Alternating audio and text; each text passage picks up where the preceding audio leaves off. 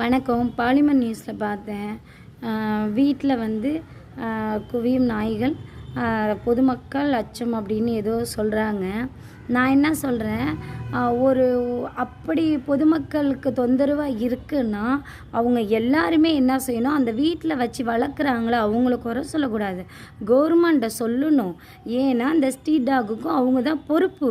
அவங்க பார்த்துக்கிட்டாங்கன்னா ஏன் இவங்க பார்த்துக்க தான் ஆள் இருக்குன்னு விட்டுருவாங்கல்ல. சரி, ஒருத்தவங்க ஒரு ஸ்ட்ரீட் டாகுக்கோ அவங்களுக்கு அரவணைப்பு கொடுக்க முடியுமா? அவங்களுக்கு ஒரு வேளை அன்னம் கொடுக்க முடியுமா? என்ன பேசுகிறீங்க? என்ன நியூஸில் இது பண்ணுறீங்க? ஒரு வாயில்லாத ஜீவனை பாதுகாக்கிறாங்க, ஒரு வீட்டில் அரவணைக்கிறாங்கன்னா அதை நம்ம பாராட்டணுங்க. உங்களால் முடியுமா? அந்த பொதுமக்களை அந்த பொதுமக்கள்னால் எந்த பொதுமக்களை அந்த வீட்டில் வளர்க்குறாங்களே அவங்க வீட்டுக்கு அக்கம் பக்கத்தில் உள்ள பன்னாட நாய்வை தான் இந்த நியூஸ் எல்லாம் சொல்லியிருக்கோம்.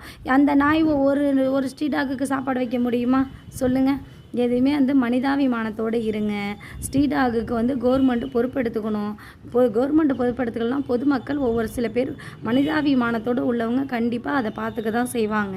அதை தப்பு, அது குற்றம் அப்படின்னு சொல்லி பாலிமர் நியூஸில் போடுற அளவுக்கு அவங்க ஒன்றும் கொலை குற்றம் ஒன்றும் பண்ணலை.